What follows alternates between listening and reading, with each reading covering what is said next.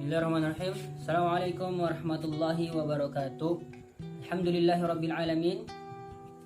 Alhamdulillahilladzi nahmaduhu wa nasta'inuhu wa nastaghfiruhu wa na'udzu billahi min syururi anfusina wa min sayyiati a'malina may yahdihillahu fala mudilla lahu wa may yudlil fala hadiya lahu. Asyhadu an la ilaha illallah wahdahu la syarika lahu wa asyhadu anna Muhammadan 'abduhu wa rasuluh la nabiyya rasulullah ba'd. Segala puji hanya milik Allah Subhanahu wa taala. Selawat serta salam akan tercurah kepada baginda kita Nabi Muhammad sallallahu alaihi wasallam. Dan teman-teman yang dimuliakan Allah Subhanahu wa taala, dari sini saya ingin menyampaikan beberapa hal terkait kehidupan kita, dan apa yang telah kita kerjakan semuanya akan diminta pertanggungjawaban di hadapan Allah Subhanahu wa taala. Oleh karena itu, Allah Subhanahu wa taala berfirman dalam Al-Qur'an, "Wa likulli ummatin ajal. Fa idza jaa ajaluhum la yasta'khiruna sa'ah wa la yastaqdimun." Setiap kaum itu akan menemukan ajalnya masing-masing. Jadi ajal itu akhir dari kehidupan kita. Ya, beda dengan umur. Kalau umur itu sesuatu yang mendatangkan manfaat dan berkah. Apa manfaatnya?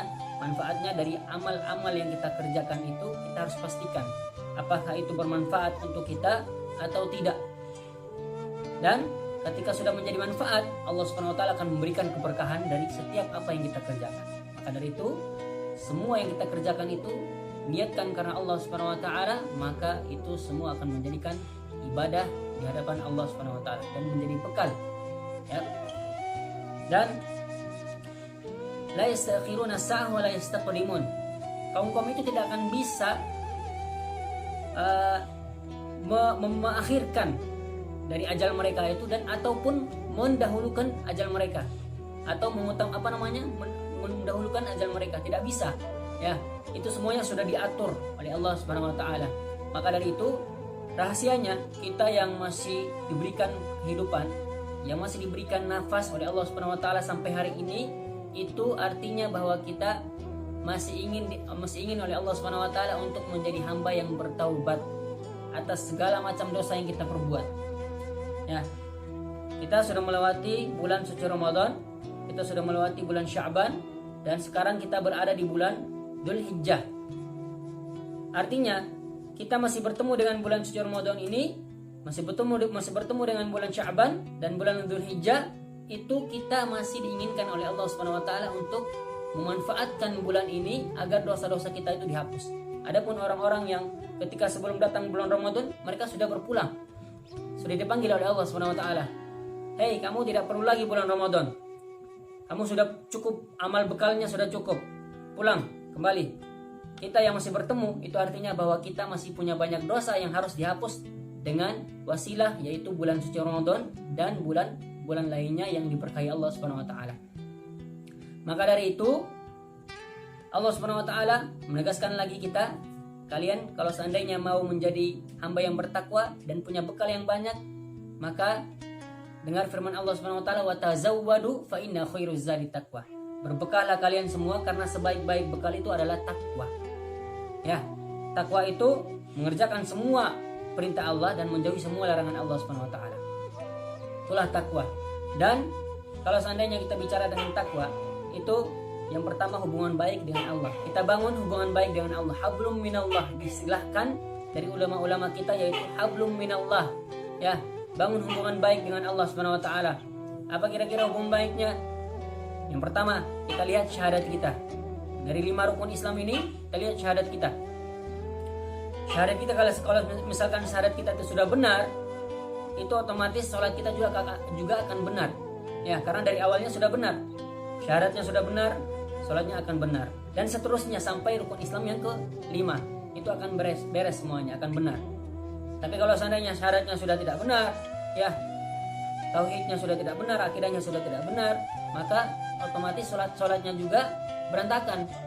Ya, kalau seandainya kita melihat sholat ini, yaitu suatu amal yang akan dihisab di awal nanti, di hari pembalasan, di hari hisab, yaitu sholat yang pertama akan dihisab, akan ditanyakan.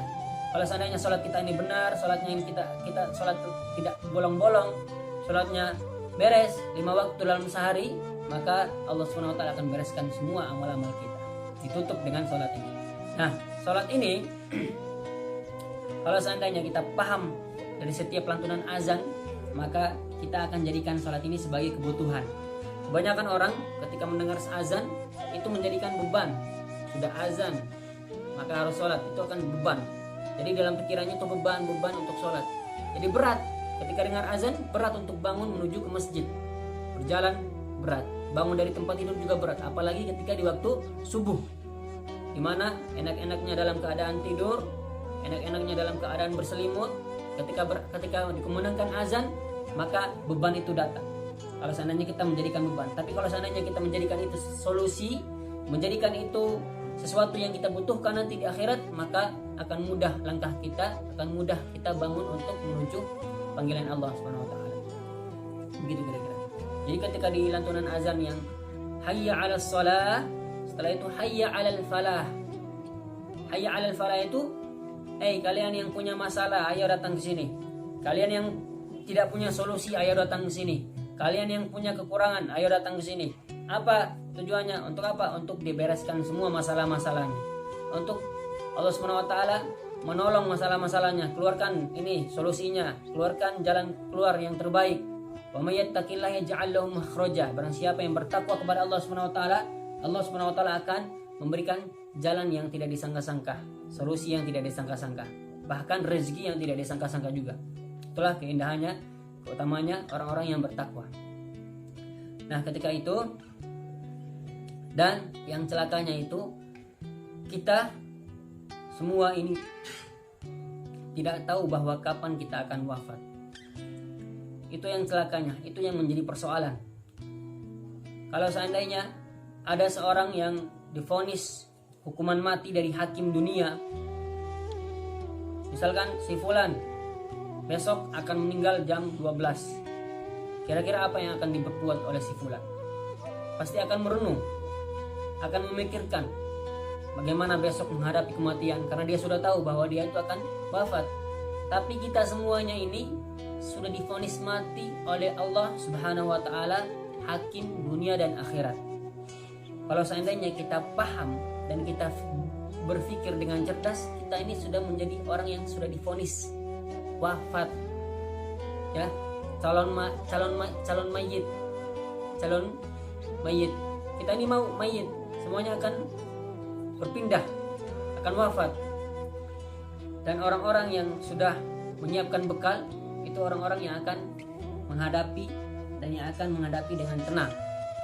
Sebagaimana gambaran Allah Subhanahu wa taala dalam surah Al-Fajr, ya ayyatuhan nafsul mutmainnah irji'i ila rabbiki radiyatan mardiyah fadkhuli fi ibadi wadkhuli jannati.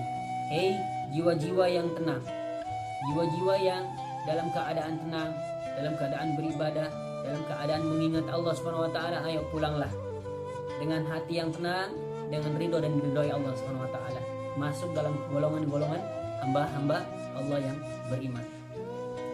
Kita semua pasti akan merindukan yaitu wafat dalam keadaan husnul khotimah. Dan saya doakan semua teman-teman dan khususnya saya pribadi, kita dalam keadaan husnul khotimah. Sebelumnya kita harus punya ikhtiar dulu, yaitu menjadi hamba yang bertakwa di hadapan Allah Subhanahu wa taala. Karena rahasianya kita masih diberikan kehidupan sampai hari ini, yaitu Allah inginkan kita diberikan, Allah inginkan kita untuk bertaubat. Kalau seandainya kita bertaubat, maka kita menjadi hamba yang dicintai Allah Subhanahu wa taala. Dan ketika azan dikumandangkan 5 kali dalam sehari, itu tandanya kita sebagai orang-orang yang diberikan hidayah oleh Allah Subhanahu wa taala. Beda dengan orang-orang yang tidak mendengarkan azan. Orang yang mendengarkan azan, rahasianya mereka itu orang-orang yang mendapatkan hidayah. Tinggal mereka yang harus mengejar hidayah itu, ya. Mereka yang harus mengubah dirinya. Allah Subhanahu wa taala tidak akan mengubah suatu kaum sebelum kaum itu yang mengubah dirinya sendiri, punya kemauan yang kuat, punya ikhtiar yang kuat untuk berubah menjadi hamba yang terbaik di hadapan Allah Subhanahu wa taala. Maka dari itu, sebelum kita terlambat, sebelum kita wafat, perbaikilah dari diri kita dari sekarang, siapkan bekal kita. Dan kalau seandainya kita yang suka berjalan-jalan, cobalah sekali-sekali kita berjalan di kuburan, kita melihat nanti akhir dari kehidupan kita, tempat kita itu di kuburan, yaitu sesuatu yang sempit, tidak luas, tidak sampai 200 meter, bahkan tidak sampai 2 meter, itu tempat kita. Gelap, tidak ada yang menemani cuman amalan-amalan kita yang kita kerjakan selama di dunia ini.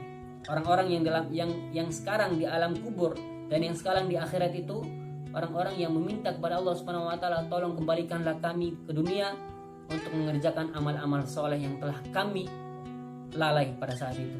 Maka dari itu kita yang punya kesempatan, ini kesempatan terbaik kita untuk menjadi hamba yang terbaik di hadapan Allah Subhanahu wa taala. Mungkin cukup ini yang bisa saya sampaikan. Kurang lebihnya mohon maaf. Tidak ada yang bisa mengubah kita. Tidak ada yang bisa mengubah kita.